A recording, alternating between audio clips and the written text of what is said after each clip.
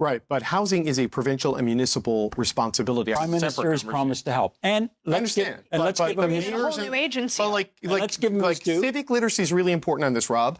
Carney's statement is making waves. Welcome back to Moose on Loose. My name's David. While addressing the European Parliament, Mark Carney made a statement that the New World Order would be built in Europe, and this is getting picked up everywhere. We got some updates on the Alberta separation movement. We got pundits arguing with a host on CBC. We got a bunch of other stuff. Let's jump into this. Starting this episode off, we got CTV News quoting Mark Carney in Armenia. It says, as the rules-based order is built, it will be rebuilt in Europe. PM Carney explains focus on Europe. Now, obviously, conservatives know this is ridiculous because 78% of our trade is with America. If you saw the previous video, he committed another $270 million to Ukraine, bringing that to $25 billion Canada has already committed to supporting Ukraine. Imagine what that would do for our deficit. And now we've got everyone talking about this. We'll get to this in a minute. There's a CBC panel which escalates as it goes on regarding this. We also got this from the Globe and Mail. Prime Minister expected to announce new Governor General to replace Mary Simon. So the Governor General's role, Mary Simon, it's a 5-year term, and that is expiring, well, right now. So Mary Simon is out, and Carney is apparently bringing in someone who is bilingual. It's funny listening to CBC where they said Mary Simon is bilingual in a non-traditional sense, which is only true if you consider bilingual as in not bilingual. So this will be announced today. Meanwhile, we've got Brian Lilly from the Toronto Sun posting this. Marit Stiles going after Doug Ford. This is the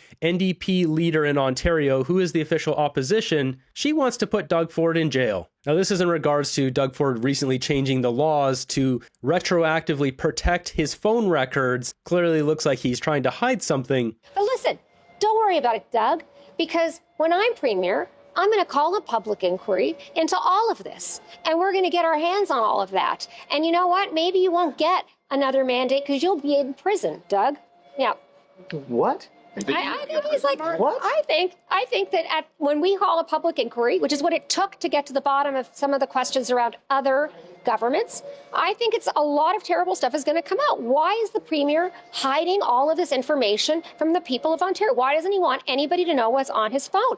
Because there's dirty dealings around the Greenbelt. The RCMP is investigating him, and I would be very surprised if at the end of this, there might very well be charges laid. Absolutely. I mean, look, other governments have had people end up behind bars for less than this. We got this one from the National Post. Alberta separatists submit 300,000 signatures as petition. Deadline hits. Now, technically, it's 301,620 signatures, or as Ezra Levant of Rebel News is noting, that's more than Mark Carney got in Alberta in the last federal election at 299,493. We look forward to your government receiving this clear expression of the democratic will of Albertans and advancing the next steps to include this important question on the referendum ballot on October 19th, 2026. Yeah. Respectfully, Mitch Sylvester. So the updated number now is 301,620, not counting our 1,500 more that are lost.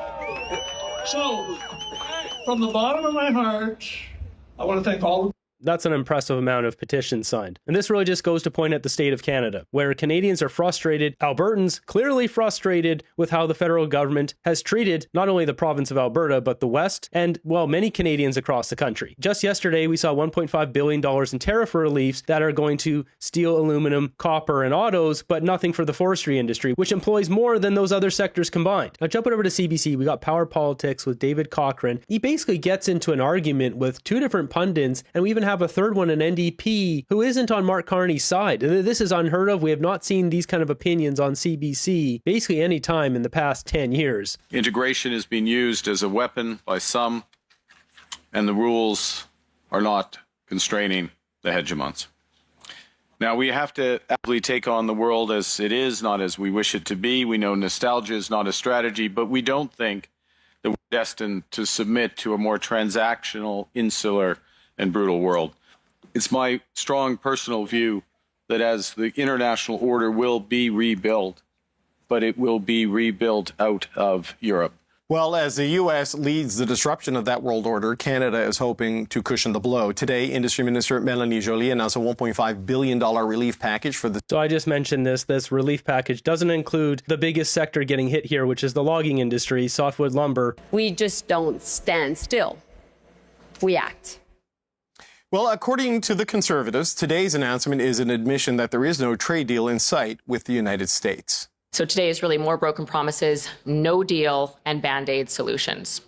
The loan top-ups that they announced, while are helpful in some regard, are not a long-term solution or even a short-term solution in many regards. If you take mold makers, for example, some of them ship $8 to $10 million worth of molds every month to the United States. So some of these loans represent a few weeks, if that, of relief. Interesting comment from the Prime Minister there to start that the new world will be built out of Europe. What do you make of that declaration by Mark Carney today? I would like Europe to start by ratifying CETA.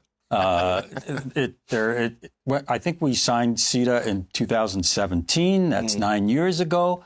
And more than a third of the European countries haven't ratified. It's provisionally in effect for the most part, but there's some parliaments that haven't gotten around to it. But I think that illustrates one of the problems with the suggestion that the EU is where the future lies. So before we move forward on this, let's just look at CETA. So this is the European-Canadian Economic Trade Agreement. The acronym CETA is Comprehensive Economic and Trade Agreement. Very creative. It's a free trade agreement between the EU and Canada. As Rob Russo just mentioned, many countries have not ratified this. It's not straightforward that there's an agreement or not agreement. There's kind of partial agreements for some of the countries. We've got a list of them here. You can click on any of the countries. If we click on France, for example, it says status not ratified. And then it kind of breaks it down here where Germany, for example, it is ratified. And it tells the date, December 2022. If we look at Hungary, not ratified. Ireland, not ratified. Latvia, ratified March 2017. So going back to the date he mentioned there. So there's numerous countries that have ratified this and not, and at different levels of how much trade. But basically it works out to be there's 10 countries that have not fully ratified the trade agreement with Canada. So he's 100% right here to say, why would we follow the European model where they're moving slow, they don't full trade agreement with us? That doesn't make any sense. It operates by consensus.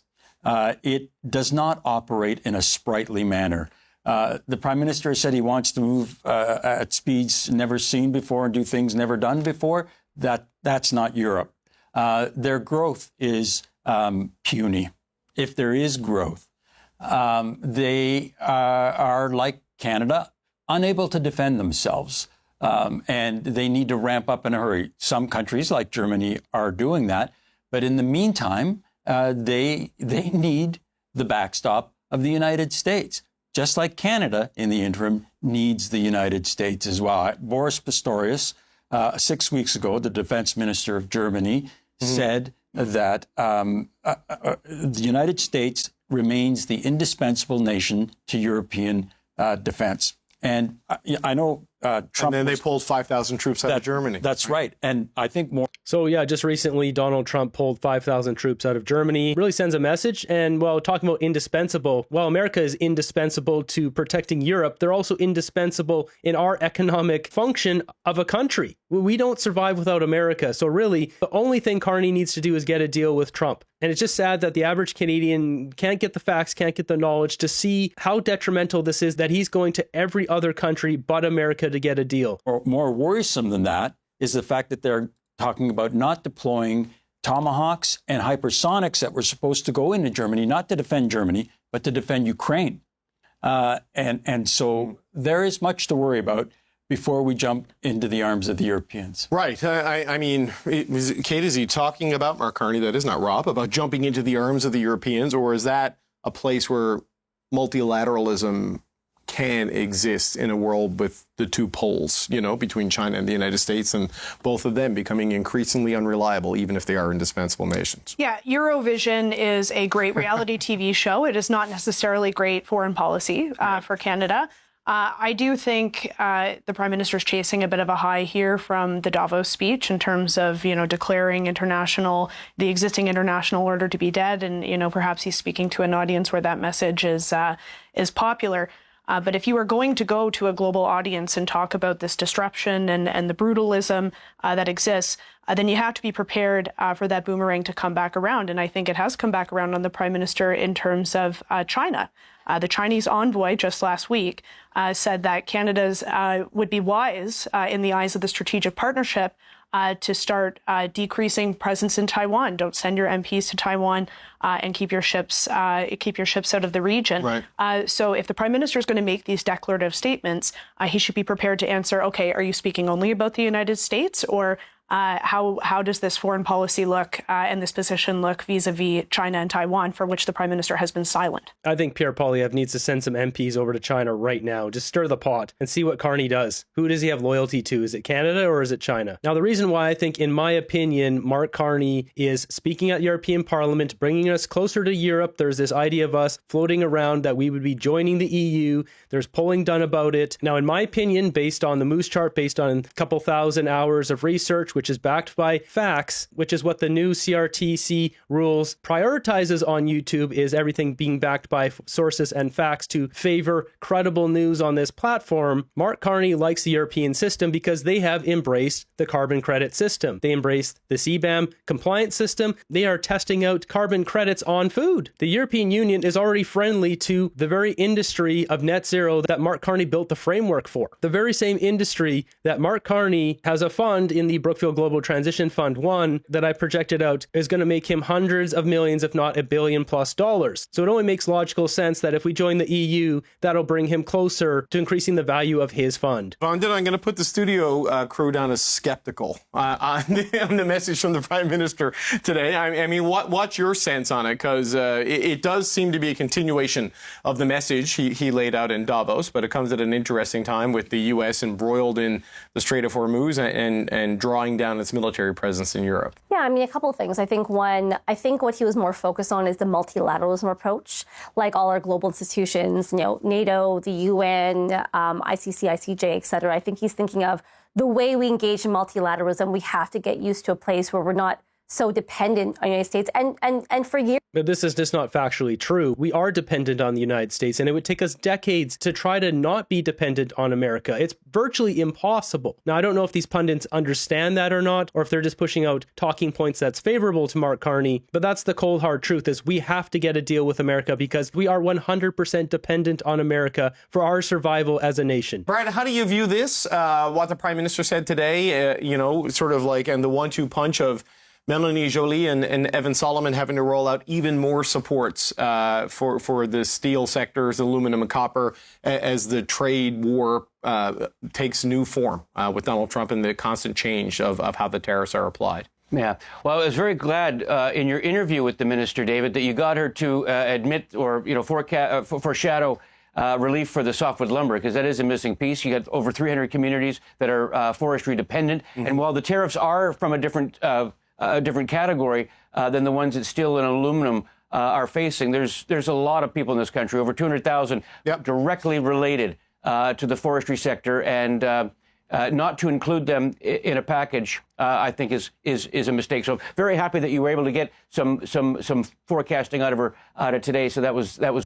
That's quite something. This guy's about as left as you can get now. He's a former NDP campaign manager. But I mean, the NDP carry water for the Liberals all the time. And he's bringing up this huge oversight of the forestry industry getting nothing from Mark Carney. Again, remember, the steel aluminum autos already got a bailout earlier last year. That was a good job. The people of BC and Quebec will be and New Brunswick will be very pleased to hear this news here. But I want to play what Pierre Poilievre, the Conservative leader, said over the weekend, continuing his criticism of Liberal spending, the size of the debt, and its strategy on Canada-U.S. trade. Have a listen to this. Under the Liberal plan, under the Trudeau-Carney Liberals, they will have added $1 trillion to our national credit card. If you stacked $100 bills one on top of the other, it would create a tower that is 1,500 times bigger than the CN Tower. Now he can't tell us what leverage we have, what demands he's making, what tariffs he wants to get removed, and when and if he will even get a deal at all. Of course, our energy and minerals should be positive leverage in these negotiations. What I want to do is build up a massive strategic reserve of our energy and our minerals and use that as leverage to get tariff-free access to the United States economy, the most lucrative economy anywhere on Earth. Now, something to note here in this press conference is he has this diagram here which shows the money stacked up vertically coming off of planet Earth. And you can notice here on the left side, this goes twice the distance from where the space station, the International Space Station, is orbiting around planet Earth. That's how much debt the Liberals have racked up in the last 11 years. Okay, Rob, a series of measures there. Just won't say what our leverage is, what the strategy is from Mr. Poilievre. The the supports in us today suggests the government sees this persisting for a while. I mean, Melanie Joly was kind of saying, we've got 3 years of Trump and then we'll see. Just what do you make of what we heard from the government today in terms of the supports they're putting on the table and the criticism there from the opposition that they don't seem to have a strategy? I actually expected more help to be in the economic update last week. I think people are relieved that it's come this week, but I thought, I predicted it was going to be in there. Right. It wasn't. In terms of the criticism, tariff-free access, Jameson Greer has said that's just not happening. This is not a president who is interested in doing anything but tithing all trading nations for access to the most lucrative market in the world. That doesn't mean that Mr. Poilievre's criticism is without merit. There are other places you can criticize, and the parliamentary budget officer did that today. For instance, the defense spending, the path to 5% of GDP, it remains unspecified. Mm-hmm. It's going to require spending $159 billion in the year 2035, 2036. It's going to require the doubling of the deficit. It's going to require increasing the debt to GDP ratio by 6.3 percentage points. How is that going to be squared? No, there's a big conversation on the trade-offs to get there. Right? Absolutely. That needs to happen, and maybe we'll get an indication of where that's going in the budget, but it wasn't in the spring economic update, right? Yeah, and there's more. Housing starts. Parliamentary budget off. You notice that David Cochrane interrupted him because his laundry list of problems here is just going on and on and on. He's like, let's just put that to bed. He's like, nope, still got some more things to tell you. Sir again said, like, they're not specified. We do know, somebody like Mike Moffat has said that we need to build, I think it's 5.8 million houses over 10 years in order to really resolve the affordability and the housing crunch right now, right? Here we have it coming directly from Mike Moffat himself, who is a Canadian economist, founding director of the University of Ottawa's Missing Middle Initiative and professor of business economics and public policy at Ivey Business School. So multiple objectives with intermediate targets are needed. A simple target of 500,000 homes by 2035 says nothing about the size of those homes, or as Mr. Lee pointed out, whether or not they're owned or rented, where they are located, how attainable they are, and what the policy path to get there will be. And that path is important, that achieving that simple 500,000 start target is becoming increasingly out of reach. As the CMHC projects that housing starts will decline over the next 3 years, falling below 220,000 units by 2028. Now, this decline can be reversed, but only if the federal government develops a clear plan of how it will achieve that target and links policy reforms to policy outcomes. So take Build Canada Homes, for example. The federal government's flagship program lacks key performance indicators and accountability measures. We do not know or have not been told how many housing starts that this program will contribute to each year. This is much like Justin Trudeau's housing accelerator. It was a whole lot of money spent, money given to municipalities to entice them to build more homes. They didn't cut the red tape. It didn't entice more home building. And in reality, the housing problem, the housing crisis we're having right now, where we have high housing prices that are coming down in certain sectors like Toronto and Vancouver, they're going up significantly, or there's high demand in other places like Calgary and Nanaimo, for example, which are both markets that are cheaper. This entire problem, though, was created by the Liberal government. And you're going to see when we go back to CBC, they get into an argument over this because the Liberal government brought in millions of people in the last couple of years. And Mark Carney's been a part of this over the past year and a bit here. Having too many people come in when we were already at a housing deficit doesn't help the problem. It makes it significantly worse. Right now, at the latest stats, we're building 236,000 a year. That's less than half of what we need to build. Now, yes, housing prices are coming down in a couple of areas of the country, Toronto and Vancouver. Yeah. But in regions outside of those areas, housing prices in many instances have gone up. So there is still a problem with housing.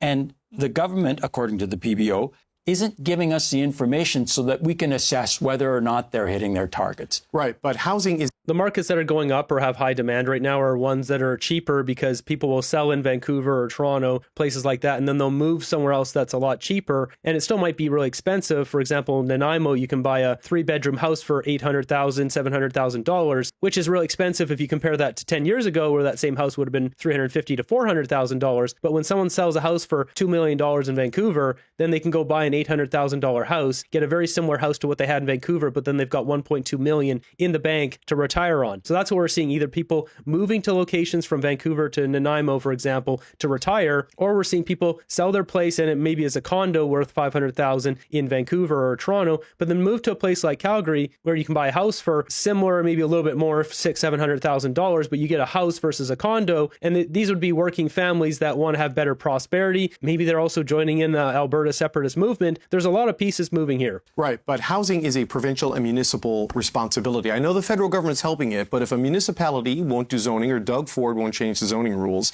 I mean, the criticism was on the size of the deficit and on the trade strategy, right? Not the housing policy. But the Prime Minister has promised to help. And let's give him a whole new agency. Let's give him his due. Civic literacy is really important on this, Rob. Mayors, councils, and provinces have gotten off the hook on this, and everyone puts it on the federal government. They're the problem. The federal government has increased immigration by millions of people since 2022, 23, 24, 25. They brought in millions of people. We're talking 1.5 to 2 million people per year. We're talking an increase of somewhere between 5.5 and 7 million people when we were already short housing. So yeah, this is mostly on the shoulders of the Liberal government. Now, sure, municipalities should be cutting the bureaucracy, the red tape, and all the extra fees that goes with building houses. I mean, if you look in Vancouver, it's outrageous, the fees on just building a house. But this would not be a problem if the Liberal government did not bring in millions of people when we were already maxed out. Give Carney a little bit of credit in terms of development charges. In Ontario, the reduction of the HST and some other things could lower the cost of an $800,000 bungalow, according to developer friends of mine in Elmont,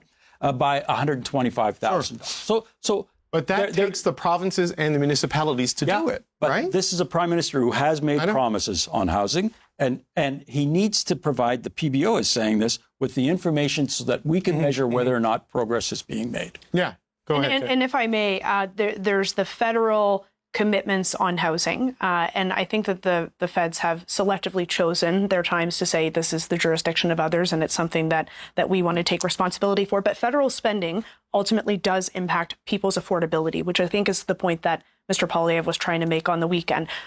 Families are spending $3,400 just in interest payments on the federal debt annually. That's a lot of families money. Aren't spending that. The government is spending that, right? Like, look, it's going to go, like, it's not like it comes directly out of my pocket. It's going to go up to $81 billion a year. It's going to be more than 2% of GDP. It is going to be a big bite in the budget, but like families aren't spending it. The government is, right? But you have to pay that as a citizen because it's inflation. That's why when I went to the grocery store today, there were some products I hadn't bought in a while and they literally doubled. I looked at a can of chickpeas. They used to be like 79 cents. Now it's $2 for a can of chickpeas. You cannot tell me that Canadians are not paying for it, because we are paying for it. When the government spends too much money, it creates inflation, thus devaluing Canadians' dollars and spending power. This is just so pathetic that David Cochrane is so desperately trying to protect Mark Carney here instead of telling the truth on CBC. But families are also struggling with high cost of inflation, high cost of food, and with the government spending as recklessly as they are, it's real people that are paying for that and probably asking themselves whether or not they're actually seeing anything demonstrably change. Is housing becoming more affordable? Are they able to access the services that they need?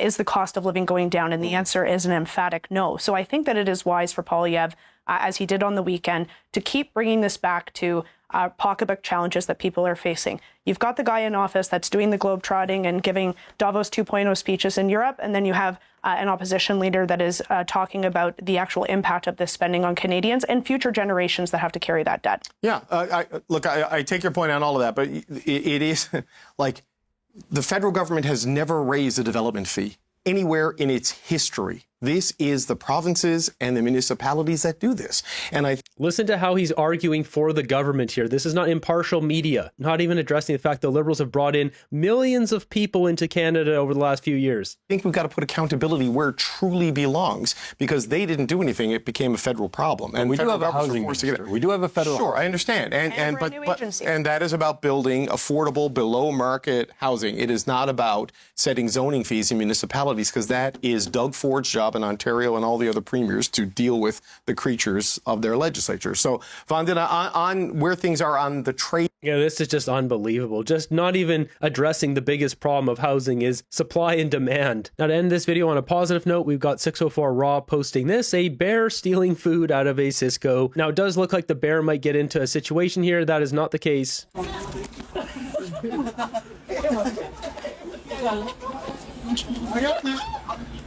don't know. Hey, go inside, go inside.